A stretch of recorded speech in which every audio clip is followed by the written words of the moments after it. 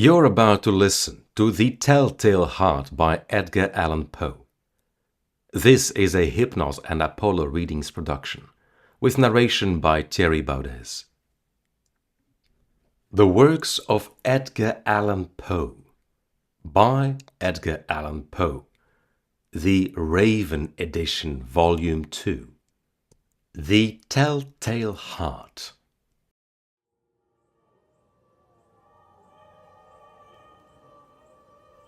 True, nervous, very, very dreadfully nervous I had been and am, but why will you say that I am mad? The disease had sharpened my senses, not destroyed, not dulled them. Above all was the sense of hearing acute. I heard all things in the heaven and in the earth. I heard many things in hell. How, then, am I mad? Hearken, and observe how healthily, how calmly I can tell you the whole story. It is impossible to say how first the idea entered my brain, but once conceived, it haunted me day and night. Object there was none. Passion there was none. I loved the old man. He had never wronged me. He had never given me insult. For his gold I had no desire. I think it was his eye. Yes, it was this. He had the eye of a vulture, a pale blue eye with a film over it. Whenever it fell upon me, my blood ran cold. And so by degrees, very gradually, I made up my mind to take the life of the old man, and thus rid myself of the eye forever. Now, this is the point. You fancy me mad. Madmen know nothing. But you should have seen me. You should have seen how wisely I proceeded. With what caution, with what foresight, with what dissimulation I went to work. I was never kinder to the old man than during the whole week before I killed him. And every night, about midnight, I turned the latch of his door and opened it. Oh, so gently. And then, when I had made an opening sufficient for my head, I put in a dark lantern, all closed, closed that no light shone out, and then I thrust in my head. Oh, you would have laughed to see how cunningly I thrust it in. I moved it slowly, very slowly, so that I might not disturb the old man's sleep. It took me an hour to place my whole head within the opening so far that I could see him as he lay upon his bed. Ha! Would a madman have been so wise as this? And then, when my head was well in the room, I undid the lantern cautiously, oh so cautiously. Cautiously, for the hinges creaked. I undid it just so much that a single thin ray fell upon the vulture eye. And this I did for 7 long nights, every night just at midnight. But I found the eye always closed. And so it was impossible to do the work. For it was not the old man who vexed me, but his evil eye. And every morning, when the day broke, I went boldly into the chamber and spoke courageously to him, calling him by name in a hearty tone, and inquiring how he has passed the night. So you see, he would have been a very profound old man, indeed, to suspect that every night, just at 12, I looked in upon him while he slept. Upon the 8th night, I was more than usually cautious in opening the door. A watcher's minute hand moves more quickly than did mine. Never before that night had I felt the extent of my own powers, of my sagacity. I could scarcely contain my feelings of triumph. To think that there I was, opening the door, little by little, and he not even to dream of my secret deeds or thoughts. I fairly chuckled at the idea, and perhaps he heard me, for he moved on the bed suddenly, as if startled. Now you may think that I drew back, but no. His room was as black as pitch with the thick of darkness, for the shutters were closed fastened through fear of robbers. And so I knew that he could not see the opening of the door, and I kept pushing it on steadily, steadily. I had my head in and was about to open the lantern when my thumb slipped upon the tin fastening, and the old man sprang up in bed, crying out, "Who's there?" I kept quite still and said nothing. For a whole hour I did not move a muscle, and in the meantime I did not hear him lie down. He was still sitting up in the bed, listening, just as I have done, night after night, hearkening to the death watches in the wall. Presently I heard a slight groan, and I knew it was the groan of mortal terror. It was not a groan of pain or of grief. Oh, no. It was the low, stifled sound that arises from the bottom of the soul when overcharged with awe. I knew the sound well. Many a night, just at midnight, when all the world slept, it has welled up from my own bosom, deepening with its dreadful echo the terrors that distracted me. I say I knew it well. I knew what the old man felt and pitied him, although I chuckled at heart. I knew that he had been lying awake ever since the first slight noise, when he had turned in the bed. His fears had been ever since growing upon him. He had been trying to fancy them causeless, but could not.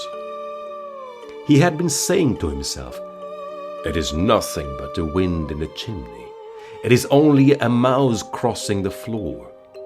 Or it is merely a cricket which has made a single chirp." Yes, he had been trying to comfort himself with these suppositions, but he had found all in vain. All in vain because death, in approaching him, had stalked with his black shadow before him and enveloped the victim. And it was the mournful influence of the unperceived shadow that caused him to feel, although he neither saw nor heard, to feel the presence of my head within the room. When I had waited a long time, very patiently, without hearing him lie down, I resolved to open a little, a very, very little crevice in the lantern. So I opened it. You cannot imagine how stealthily, until at length a simple dim ray, like the thread of the spider, shot from out the crevice and fell full upon the vulture eye. It was open. Wide, wide open. And I grew furious as I gazed upon it. I saw it with perfect distinctness. All a dull blue, with a hideous veil over it that chilled the very marrow in my bones. But I could see nothing else of the old man's face or person, for I had directed the ray as if by instinct, precisely upon the damned spot. And have I not told you that what you mistake for madness is but over-acuteness of the sense? Now, I say, there came to my ears a low, dull, quick sound, such as a watch makes when enveloped in cotton. I knew that sound well, too. It was the beating of the old man's heart. It increased my fury, as the beating of a drum stimulates the soldier into courage. But even yet I refrained and kept still. I scarcely breathed. I held the lantern motionless. I tried how steadily I could maintain the ray upon the eye. Meantime, the hellish tattoo of the heart increased. It grew quicker and quicker, and louder every instant. The old man's terror must have been extreme. It grew louder, I say, louder every moment. Do you mark me well? I have told you that I am nervous. So I am. And now, at the dead hour of the night, amid the dreadful silence of that old house, so strange a noise as this excited me to uncontrollable terror. Yet, for some minutes longer, I refrained and stood still. But the beating grew louder, louder.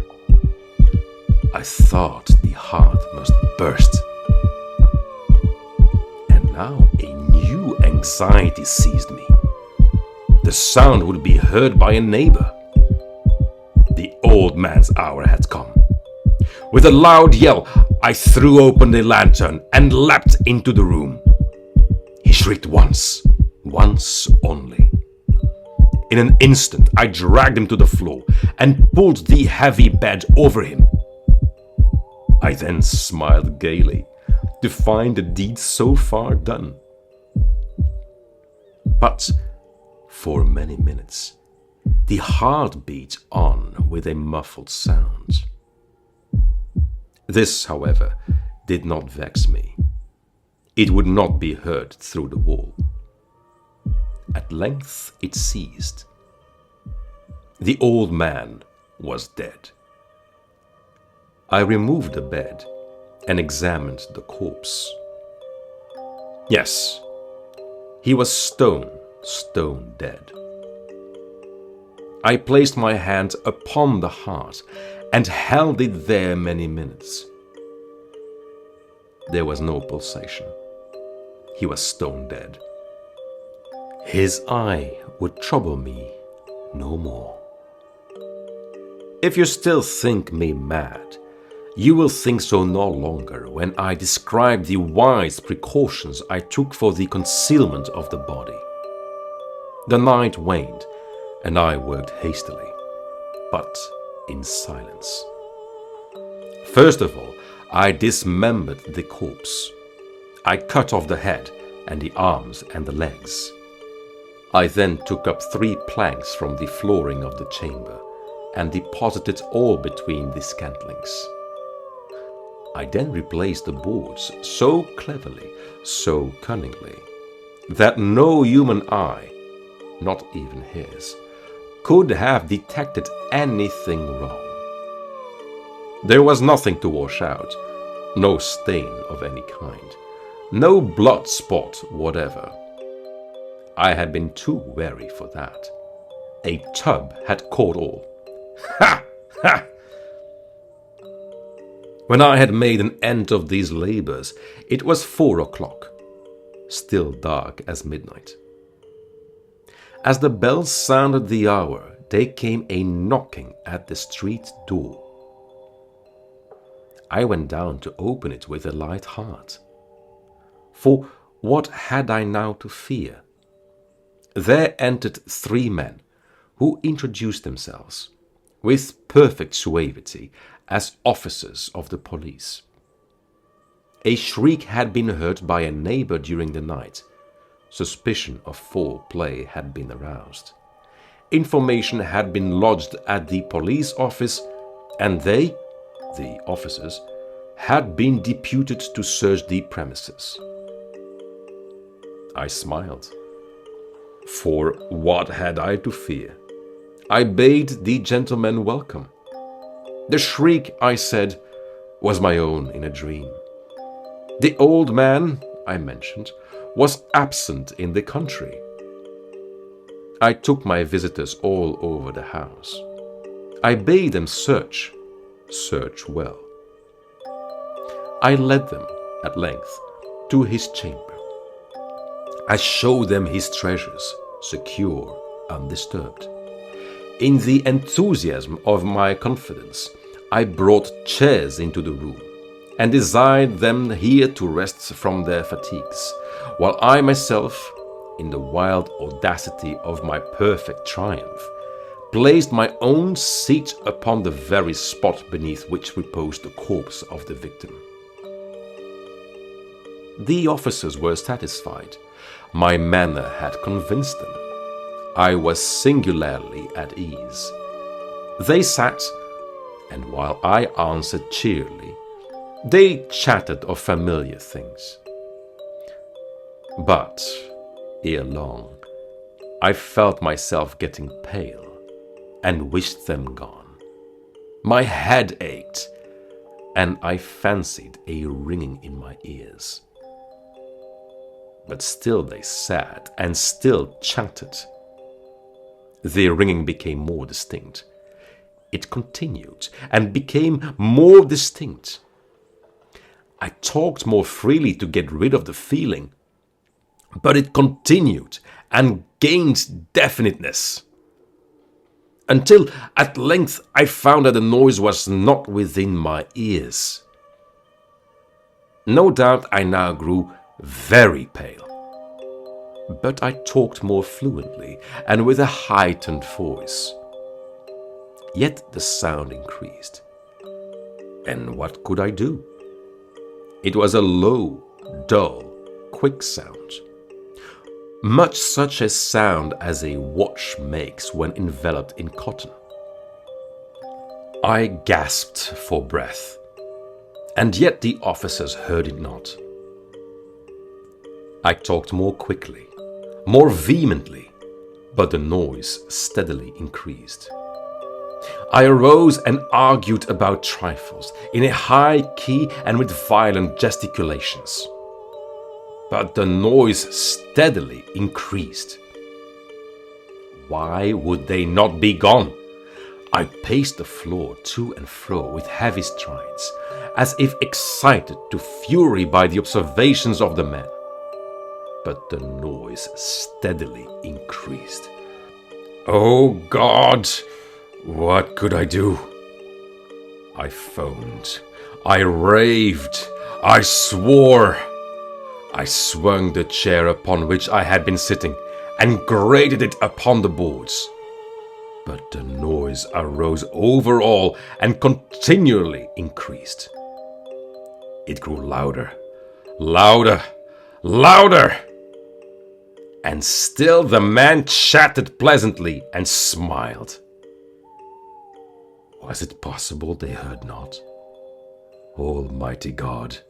No, no, they heard, they suspected, they knew. They were making a mockery of my horror. This I thought, and this I think. But anything was better than this agony. Anything was more tolerable than this derision. I could bear those hypocritical smiles no longer. I felt that I must scream or die. And now, again, hark, louder, louder, louder, louder! Villains! I shrieked. Dissemble no more! I admit the deed. Tear up the planks! Hear, hear! It is the beating of his hideous heart.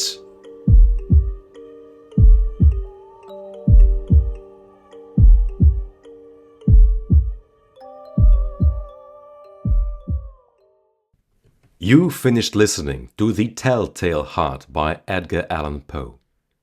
This is a Hypnos and Apollo Readings production, with narration by Thierry Baudez. Thank you for listening.